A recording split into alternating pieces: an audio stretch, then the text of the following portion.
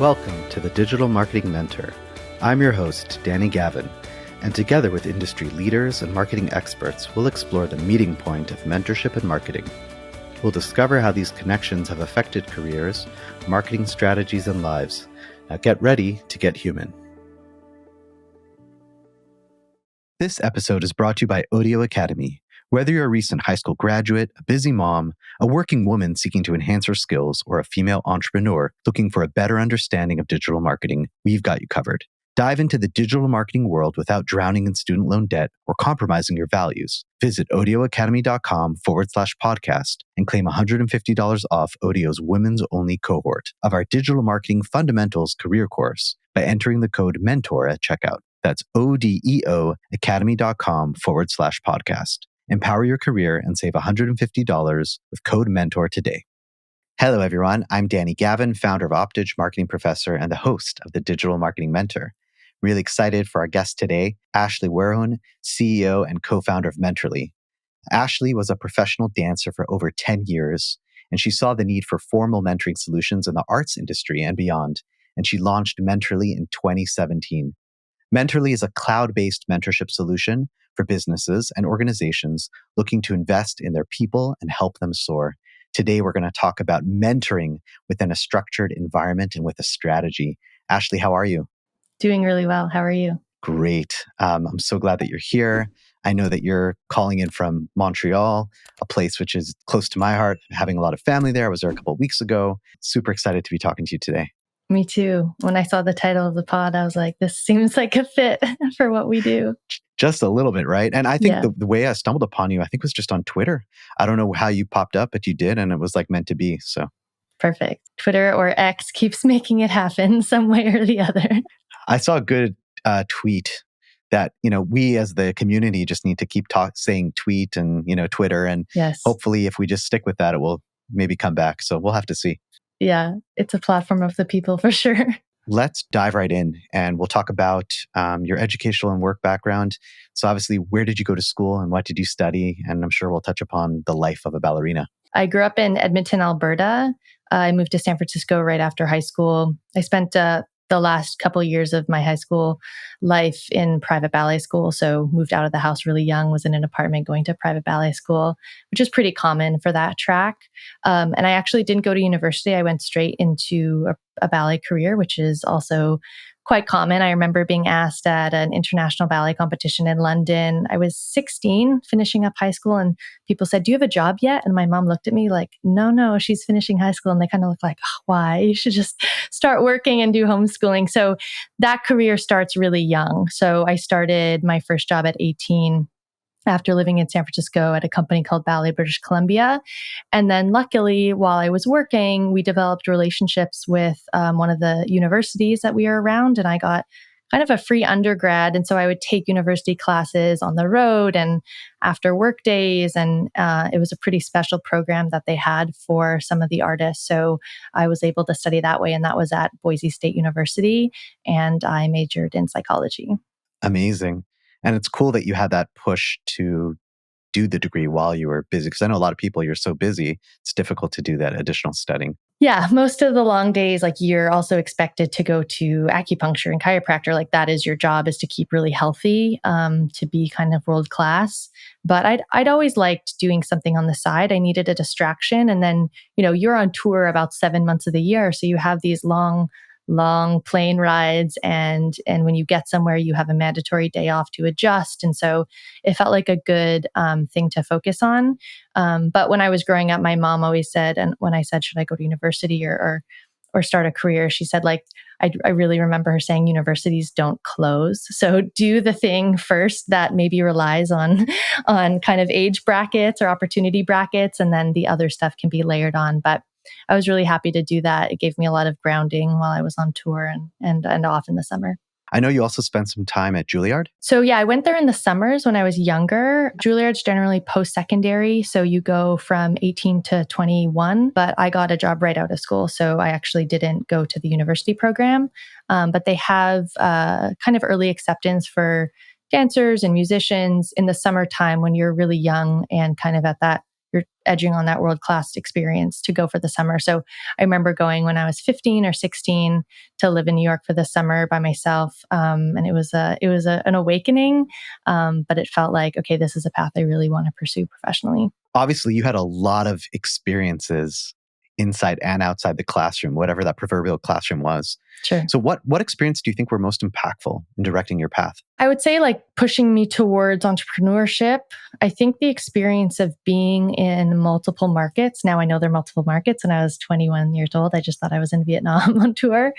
And seeing how people lived and why they lived, I think was really impactful. So being in China for months on end on tour, like you meet dancers that have very similar lives to you professionally, but outside of that, everything is different from, hey, you're texting me on WeChat. What is WeChat? It's a global app. And then you dive into those ways of living. And so being able to tour and be in most countries by the time you're like 25 years old was a really big awakening to me of what matters to people in different settings. And then why was I kind of like won the lottery being born in Canada and being able to work in the US? And there's very little limitation.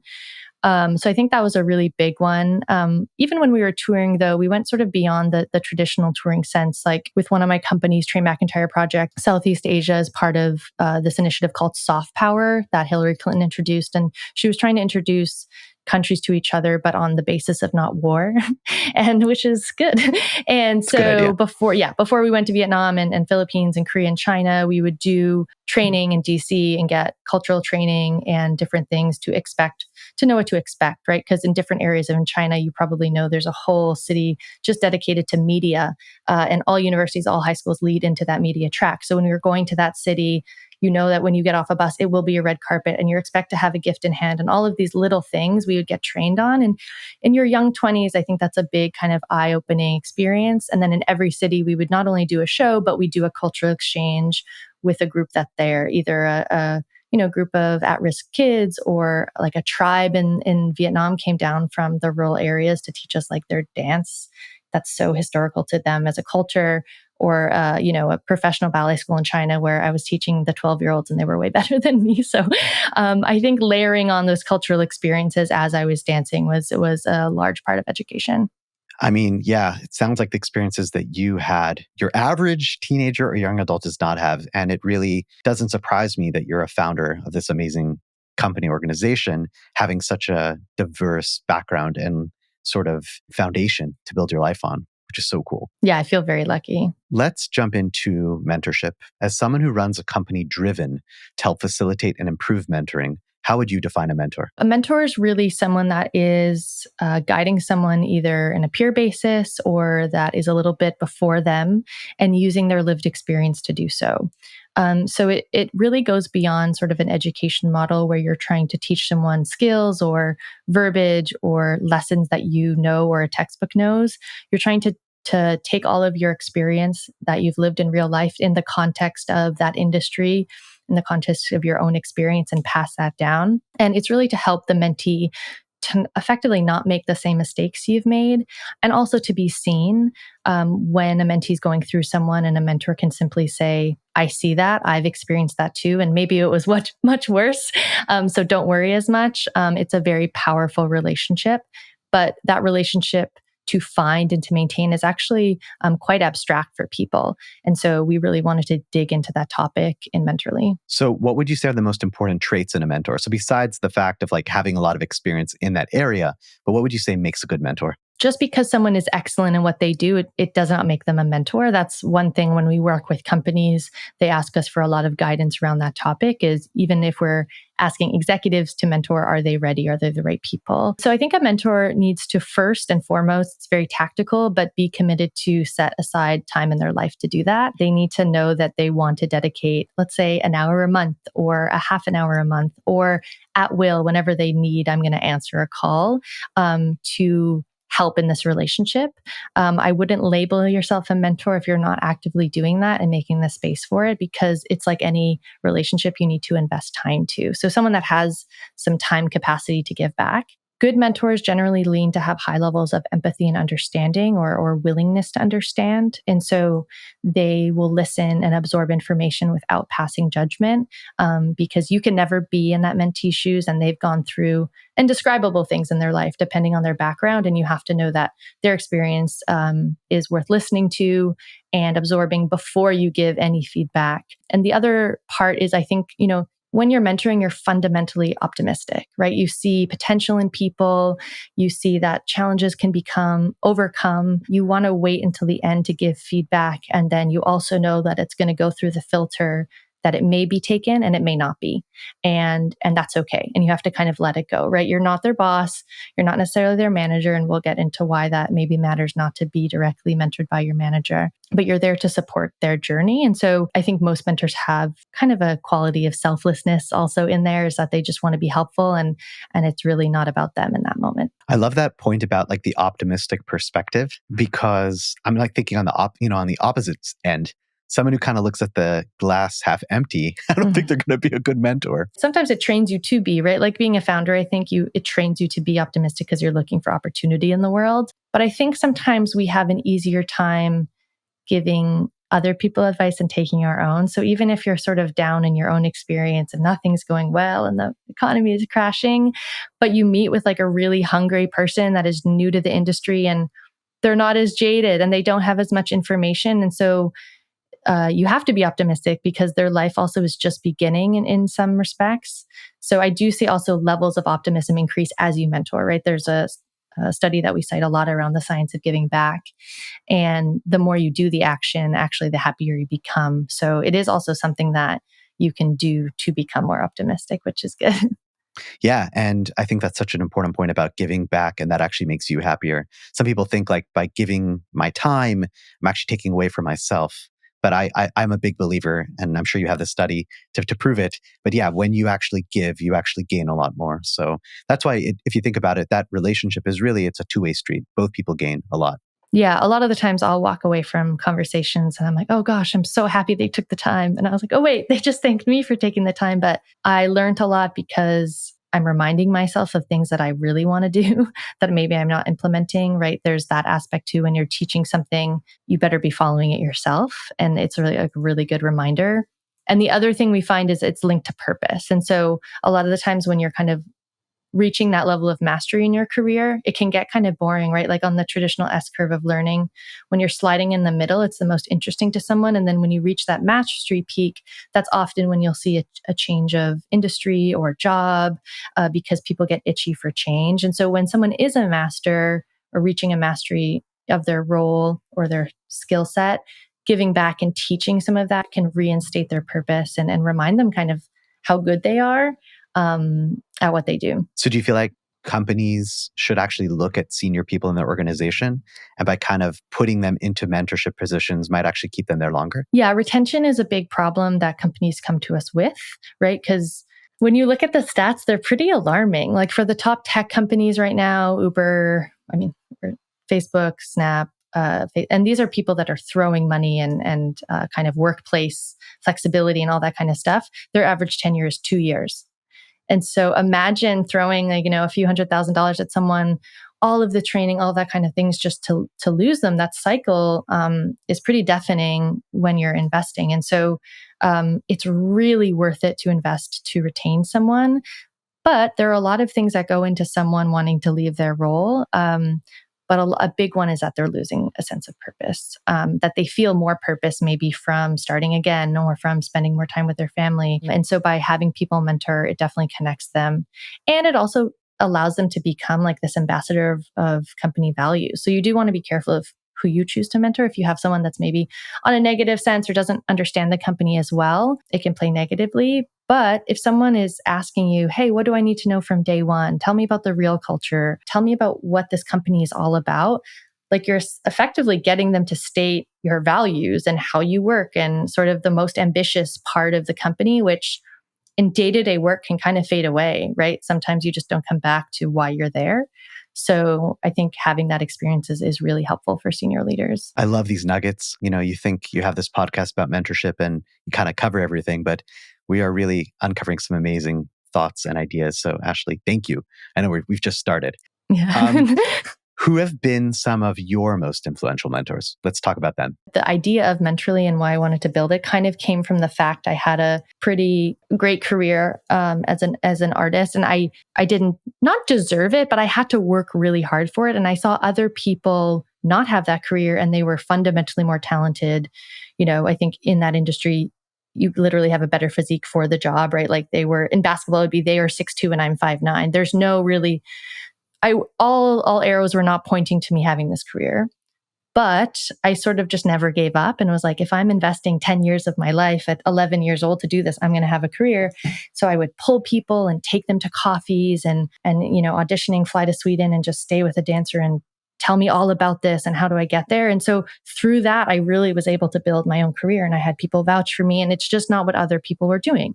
You're 17 years old, you don't know that's required. So by doing that naturally, I was able to get so much farther, which is why I think I wanted to build Mentorly, to open that up to everyone. But early on in my career, I had a mentor. I don't know if it's interesting to your audience, but he's a pretty famous artistic director. His name's Alonzo King in San Francisco. And when I moved there, I had a very different view of the art form and what my career would be like and how limiting I would be in it.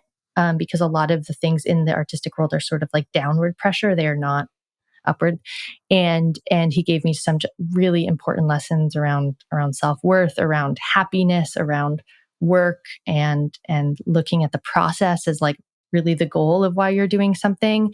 And those lessons, like I still have a notebook from when I was 17, and they have continued to be pillars. And whenever I get lost, I go read some of the things I talked to him about. And I still see him, like me and my fiance went to one of their shows when they were on tour in Montreal, and he like lifted out his arms. He's this really tall guy and he's like, Ashley, And so those kind of relationships, even though it was only concentrated in the period of like 2 years, those lessons are still with me in my business career, in my relationships, and who I want to be. So I find that he had like big ideas about the world, and it wasn't necessarily connected to what we were working on maybe in the studio, but when you're talking about self-worth and confidence, that kind of spans throughout your whole life. And that's why it's kind of funny saying, hey, are people going to be interested in Alonzo? And yes, of course they are. Yeah. Because like, look at these pillars that he formed for you. And I think it shows you how important mentors are earlier in your life, right? It's not only when you get that first job, but even teenagers, and especially teenagers, but having those right mentors in their life can make a huge difference. Yeah. And I think it's way beyond skill and precision of like, what is the next thing you want to accomplish? And what's interesting is when we were working with him, it's very related to the physical. So if he was seeing us all look down, he would think about like, what are you doubting? Like, why do you not know the work enough to be inherently confident and have to like refer to what we would call in business, like your notes, but it's the ground. What work do you have to do before you get in the studio to be confident enough so that you can show up untethered? I could talk to my sales team about that, about like reviewing your notes so you can show up to the sales call and be authentically yourself. And if you're not authentically yourself, what ripple effects does that have? He talked a lot about, if I'm doubting myself, the people in the audience are worried. Is she okay? Is she confident? What's happening? Is she acting? No, you have to be inherently confident and aware of who you are and the information you have. And if you don't have it, it's okay because that's the journey you're going on. So that kind of lesson for like a ballerina, sure. Yeah, it's important because, you have to be good at that and provide a world-class experience. But it's more about like looking inwards. And then, how do you maintain that in every city, in every country, on every time zone? So that kind of spans to when market conditions change, how do you remain confident? And when, outside forces take over, like people quit, how do you maintain your composure? So I think mentors' lessons, especially when they're zoomed out on life, they just weave their way back into every experience you have. Yeah, I'm just very inspired right now. I should text Alonzo. I'm like, Alonzo, where are you? I'm going to write him an email. Totally. I know we've also spoken about your current investors. Let's talk about how they're mentors to you. Yeah, I would say that those folks, some of the relationships change. So we have about 13 angel investors, and I feel really lucky. They're sort of like top of all of their careers. So people from, Jad was head of security at Snapchat and Google and was the head of security there and now started his own startup. Or, Kyle Boulay started Bus.com and raised, I think $20 or $40 million, and then went on to his next project. Or Brittany was the head of talent at Shopify and joined when they were like sub 20 people and took it to IPO. So these people's backgrounds kind of span, like different levels of business. Some of them I meet with like every couple of weeks, and we just have a sort of what's on the top of your mind, what is the most important thing right now in the business and for you.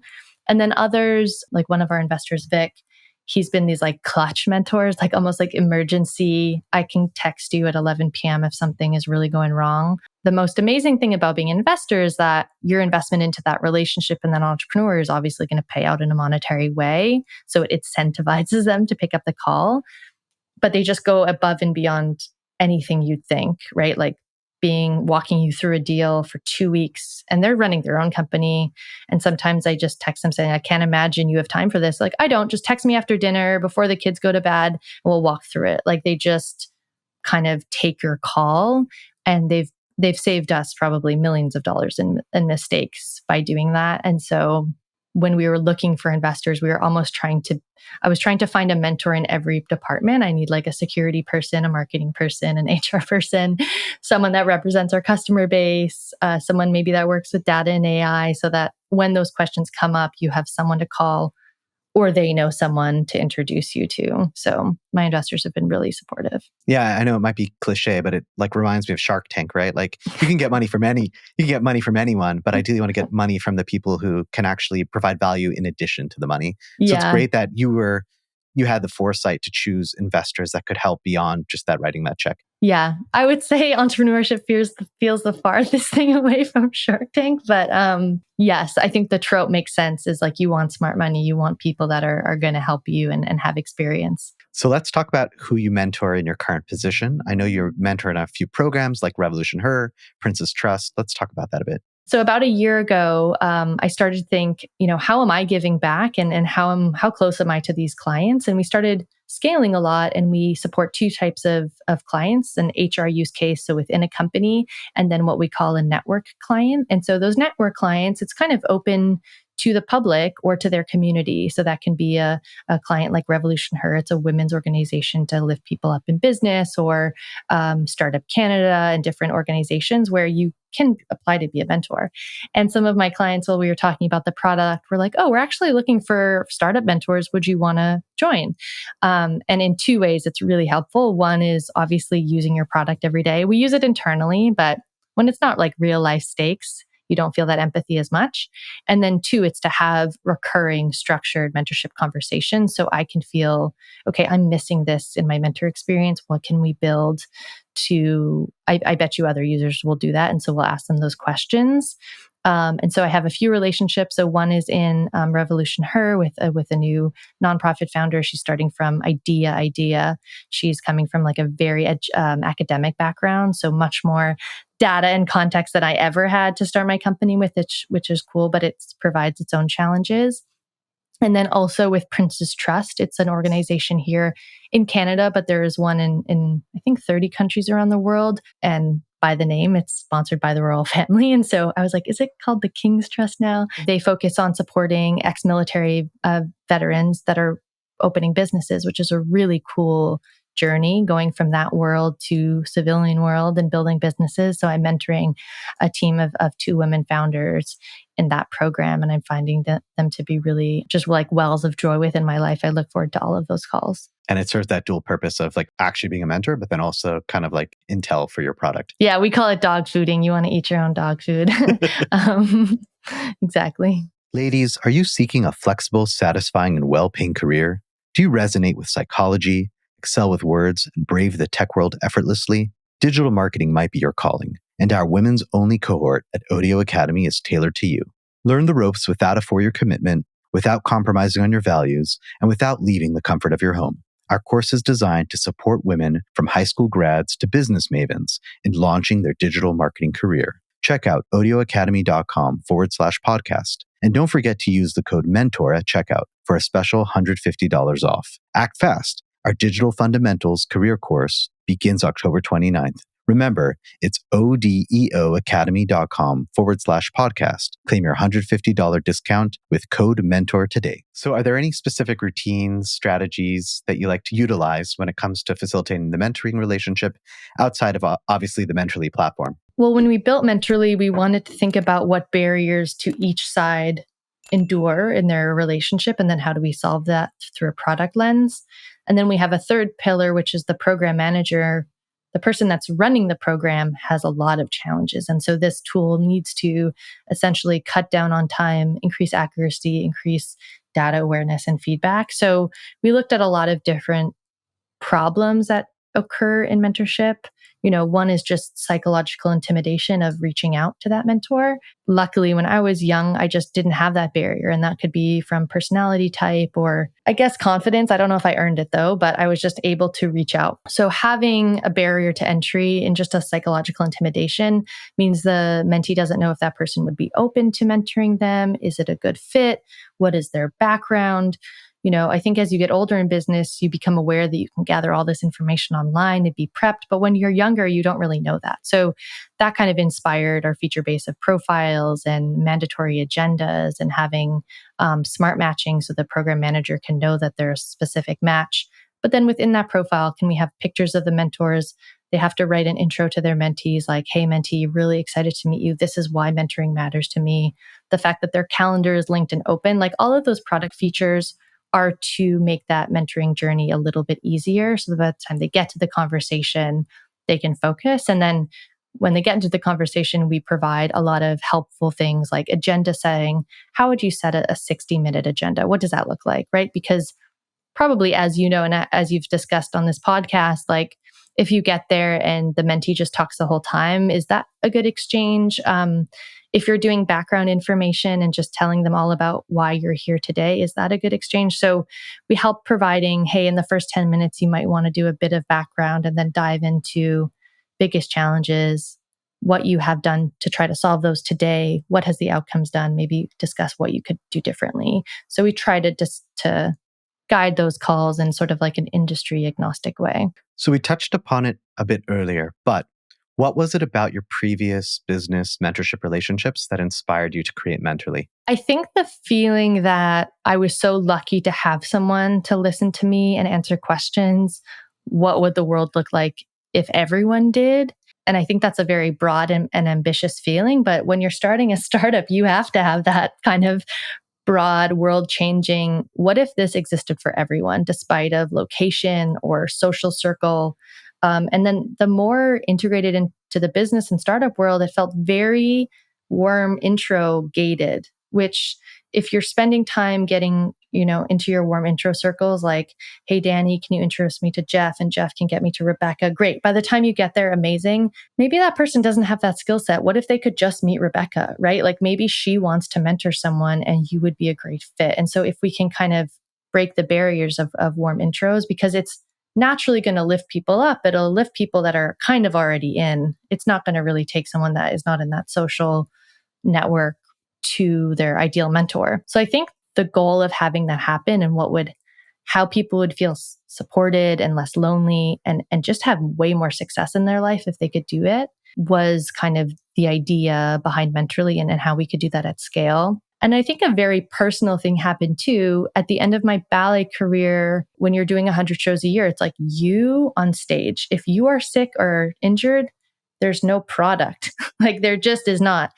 And I was, getting to the ripe old age of 30 and getting so tired and injured. And I kind of thought, okay, gosh, I hope I do things in my next stage that can kind of live without me, can kind of operate without my physical sweat, maybe, and blood, and that it can continue to scale. And so the idea of software and the ability for one program manager to open up this entire experience for thousands of other people was kind of freeing for me. Like, okay, I can invest a lot of time and focus into this, but hopefully it can kind of ripple out. So that was, the idea behind it. Do you think that's also part of the reason why you started your own company and maybe didn't go and join some of the other platforms that are out there? I know there's not a lot, but there are a couple. Yeah, well, we started, like you said in the intro, we started for creatives and artists because that was what I was briefed with and the people around me. And then really quickly, we moved into an enterprise product so that the program manager could affect other people. So it was a pivot to our existing product. Why did I start it? It's a deep question. It's always easier to be an employee, isn't it? I don't know. Are you an employee? No. No, I'm not. You've been both. I've been both. My parents are both entrepreneurs. And I remember when I was leaving ballet, they were like, just be an employee, collect that paycheck. Like I remember them taking phone calls from home when I was a young, toddler running around the house, and she was trying to mom's on a work call. So I remember that not a lot of time and space to balance your life. But I was always interested in side projects. Even in my career, I was involved in board direction development. So at 23, I was also the liaison between the board and the artists, and I would sit in board meetings and things like this. So I was always interested in where the money is coming from, why are we paid what we're paid, how could that get better over time? And I think that lends yourself to just start projects. So I've had a number of projects before this one that turned into a tech company, but it's always been kind of my natural thing is to do my own thing. What are some of the startup challenges that you're most proud to have overcome as you started back in 2017? So many. I think startups by default, they just shouldn't exist. They're inherently impossible, right? You have nothing and then you're serving an audience that likes your thing and is paying you. It is magical. Definitely early funding was very difficult for us. I would say just the learning curve into what matters. I think there's a lot of factors that sort of push up against each other in entrepreneurship, and most of them that you're feeling don't matter, which is not really an empathetic perspective, but once you're in business long enough, you know that none of that mattered. And some of that can feel deeply personal when you're starting. So, we pivoted, but it took a few years. I was like, oh, I would have killed that after 6 months. Move on to the next thing. The market is not there. But early, it was my first tech company. It's this big vision that I wanted to have. I thought people would get, and they got it. We just didn't get it to the scale to make a business, and that's okay. So now myself, I would go back and pivot much faster. I think spending your money wisely and not overspending. I think when we first raised, we were like, okay, we need a UX, UI, we need a designer, we need to pump up the team, which is important. And it is the message you get after you fundraise. And now in this new macro environment, that every dollar really, really matters. And so we're on a different path to spending, and we're more focused on what is getting results and then what can we maybe do in-house versus spending a lot externally. So those are kind of some of the primary challenges we faced. So you launched Mentorly, and then shortly after, the whole world shifted its business model to be mostly remote. I imagine that this put a strain on already fragile mentorship relationships and structures within businesses. How did you overcome the remote hurdle as it relates to mentoring? The world changed. I remember us leaving our little co-working office and saying, see you hopefully in a few weeks. And then that was that. Yeah, in a lot of ways. So I guess the first way was our internal team, which had always been partly in office, partly remote. So we actually adjusted really well. My most concern was for my team's health and well-being and their families too, that they had the support they needed. And then obviously with childcare, figuring them that out.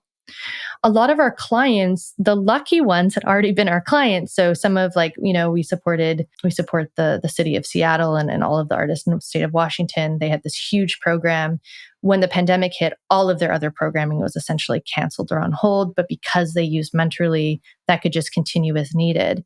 And obviously, those people are facing radically new changes, no income, layoffs, just life-changing things that they needed support. So luckily, we were able to support a lot of our customers through it.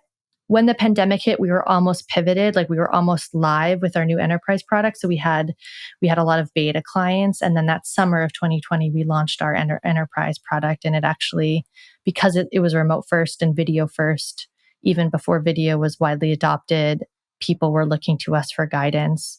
There was a really interesting study. A leader at a company called Ascent shared it with me. Microsoft, because they have so much data, they looked at kind of billions of data points and meetings, and they have this global map. And what it looks like is they measure bridge data, so bridges between the teams and between continents, and then bonding data within your physical location. And pre-pandemic, there was a lot of bridge connections. So there was like people flying to meetings and obviously having cross-team conversations, natural community and team building. Post-pandemic, the map looks like little chunks in each country. It's just that they got really close to the people around them and they stopped connecting with other people. And I don't know if you felt that. I even felt that in my personal life. Like even my friend group is tighter and smaller. But there's a lot of risks at that, right? There's like a lot of isolation in that. If someone doesn't look like you or doesn't have a similar experience, we use this example all the time. Like maybe you're the first female hire and you're like alone on your team, but there is someone in the New York office or the Tokyo office that could be like a great friend and supporter, but you just don't know them. And so when I saw that data, it really like hammered in the idea that this is more important than ever, but that bridging data is just not there. So I think the goal of companies should be continuing to get teams to cross populate with each other, just in even non-work conversations to understand and have empathy for each other. Because when you go internal, it's like a pretty bad silos that happen. And then in a bad economy, it can also be like, well, why would you get that budget? And it can create really bad cultural structures right away. So it was interesting to see that data on this like global scale that Microsoft had it. So my agency is definitely not the size of Microsoft, but I had a rude awakening this past February. So we're a fully remote agency, and we try to have an in-person at least once a year where we fly everyone in. And it was interesting as we're getting together, it kind of like rose to the top that every department pretty much just cared about themselves. I don't mean in a bad way, but like there wasn't this feeling of like company and hey, how can I interact with this other group? And it was crazy for me because to me it was like, oh, it's one big happy family. But in truth, it really wasn't. And it's like, ooh, we have a lot of, we gotta work a lot in this area. So I totally understand what you're saying. Even the empathy for like, oh gosh, the marketing team is really going through this right now because I had lunch with that person or I had a mentorship call with that person and that seems challenging. How could we make their lives a little easier? How could we shine a light on something we're doing that could help them? And also like, maybe you have someone that's an early hire and is inspiring to something else, but they literally think they have to jump a company to achieve that goal where the role is open for you, or they could shadow someone, or like there could be a path for them within the company. They just literally don't know about it. I think we did that out of like human default. You wanted to get close. I remember we were trying to like, does anyone die in our family? Like who is in need of care? Is there an elder person that needs, like we needed to band together in our own little like tribes to make sure we were good.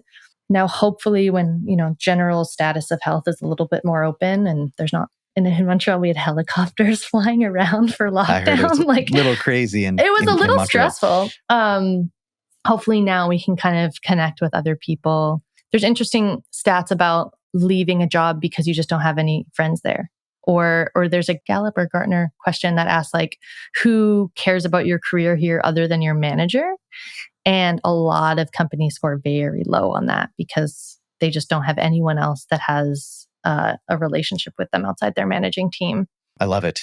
Any other favorite metrics or data points in any studies or research that you've done around mentorship? Well, I look really closely at our own data of how often people get mentorship and how often they return. One of the interesting things in our reporting is how often do people meet with one person versus a many people. So in a large network, they can look at, okay, gosh, on average, each mentee is actually having conversations with 4 different people. Okay, what industry are they coming from? Maybe we need more mentors in that area. So hopefully by giving some data and insight into patterns, people can build better programs. But I think the state of work and of life is getting a little bit more balanced. I think people had a hard time adjusting to, is this going to be at home forever? It'll be in person. How do I build social structures around that?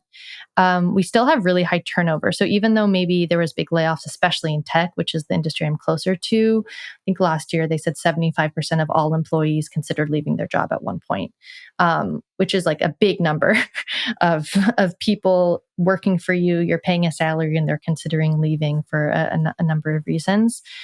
So that's a little bit more alarming. So I think we have a little bit more to do there with retaining and having people in our jobs. But I also love this idea of like the third space of these clients that we're building around, like a lot of professional organizations, a lot of networks. It's sort of this third space between life at work, life at home, and this professional mentorship opportunity. And so I'm excited to keep supporting those people because it does feel like people are looking for that outside their work and their home, is this sort of professional, like-minded environment where I can connect with people. I don't know if are you in, like, do you get any community value out of any type of those organizations? Oh, totally. I'm involved with one or two local marketing organizations here in Houston. And yeah, they're very, very helpful. I bet even having a podcast and just chatting with different people and, partly selfish, but yeah, you're building your network outside of your own life. It's important to have that third circle, like you say. Mentorly is a woman-owned and founded company. You've also highlighted many women and people of color and other minorities in various features in your material and content. How do you think social intersectionality and representation plays into the world of mentorship? Yeah, so we're women founded and owned. Our team varies between ratios of gender and background. We generally have a very diverse team because we are Canadian and Canada is very diverse. And hiring remotely has really helped with that. We can kind of find the best talent wherever they are. Yeah, I think within different groups. So we support folks like different customers like BPPA, the Black Business and Professional Association, that focuses on giving mentorship opportunities to Black professionals. So some of our customers are focused around those topics. But others, I think what's helpful is to ask, does this matter in your relationship? So in a mentor, do you want to work with a woman, or do you want to work with someone that has the same background as you? And then help having scoring and matching criteria around that. I think it's really helpful to have mentorship by someone that just has a bigger ability to have empathy for you because of your background.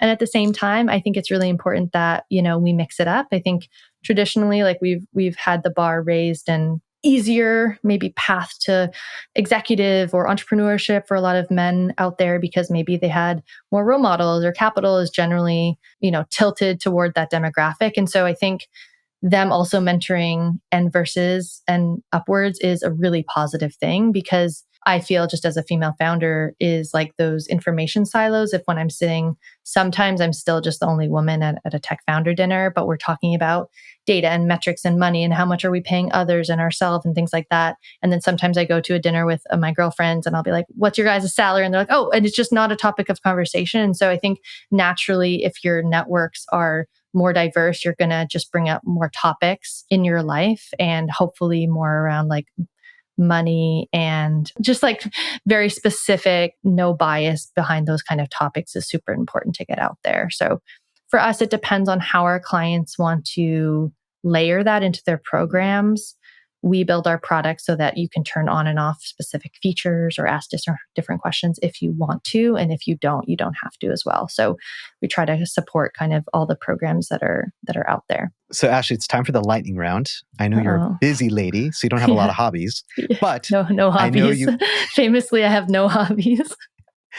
But you are passionate about gyrotonic. So I'd love to know that, me, have no clue what it is. What are the top 3 things that Danny Gavin and the Digital Marketing Mentor audience should know about gyrotonic? Yeah, you asked like one interest. I also went a little too far. Like I got trained in it and I can coach people in it. And so there you go, turning that hobby into something professional as well. So it's a system of movement that feels and looks a little bit like Pilates, but it's all in figure 8. So anytime, if someone's watching on YouTube, anytime your body is moving in one direction, the other side of your body is moving in the opposite. So it's this like helix kind of feeling whenever you're moving. And it deals a lot with your nervous system. And so I found out about it when I was dancing because I needed to heal a bunch of injuries. And then I found out a lot of golfers and skiers and Lady Gaga and Madonna like swear by it. They'll have a tower, which is really heavy and expensive, going to each theater with them. Yeah, that's the training modality. It's quite tight. So, I know you're a marketer. It's yoga and Pilates sort of have lost their trademark. So you can call anything yoga, anything Pilates, which is interesting. And it kind of dilutes the value. When you go into a Pilates class, you don't know what you're going to get. With gyrotonic, it's pretty niche. And so it's like really heavy on that trademark. You have to have a ton of training experience to train. You have to have a lot of, you can either get certified in Miami or Germany. Like it's very specific. And so when you go in, it's going to be a really high level. But the nice thing about it is focuses on a lot of your nervous system. So like your core strength. So like a big footballer, like bodybuilder I could train, and they'll be shaking because their core strength is actually quite weak. And it kind of like helps your nerves glide a little bit more softly. And so it trains your physical body, but it also like really helps your mental health. And so whenever I get, a little bit anxious as an entrepreneur, which I think we all do, I try to do some of that work so that I can keep my nervous system a little bit more calm. I definitely need to try it out. And now that you mention it, I feel like I've seen it on a I think couple Netflix it looks shows. a little like torture-y because your legs are in straps and there's like weights on one side and then pulleys on the other side, and then with your hands there are these circular things. You're in Houston. Yeah. So I'm sure there's a ton of Houston Ballet is a big company there. But it's a really good system, but it's still a little underground. So don't tell a lot of people about it. I won't. Don't worry. You might grow an inch. It actually causes people to grow a few inches, which is very cool if you're looking for that. My son he's 14 and he really wants to, he loves basketball. So we might have to try it out with him. Stretch him out for sure. Cool. Well, Ashley, where can listeners learn more about you and your business? Yeah, so the best place is to go to mentorly.com. On all socials, we're I think at InfoMentorly or Mentorly Official. And then I am a Werhun, my first initial and last name across all socials. Love it. And what's your favorite social? Is it LinkedIn, Twitter? I'm getting into Twitter, which I know is not good timing. But I have a lot of fun banter there with some friends around the world. And my marketing team would like me to invest more time on LinkedIn. So I am also there. And that's a great place to have more professional conversations. But I love Twitter. I also love a good Instagram story, I got to admit. That's why I was very confused by Threads. I was like, who am I? Am I a tech founder? Am I just like going on a run, doing my gyrotonic, look at my garden? I don't know who I am on Threads, It's confusing. I don't think anyone knows, but we'll figure it out in a couple of weeks. Yeah, exactly. And I see you right before the recording, you just reached out to me on LinkedIn. So I look forward to holding you accountable to getting more active there. I will be, don't worry. Super. Well, Ashley, thank you so much for being a guest on the Digital Marketing Mentor. Really, so many amazing nuggets in this episode. Can't wait for it to go live. And thank you, listeners, for tuning into the Digital Marketing Mentor. We'll talk to you next time.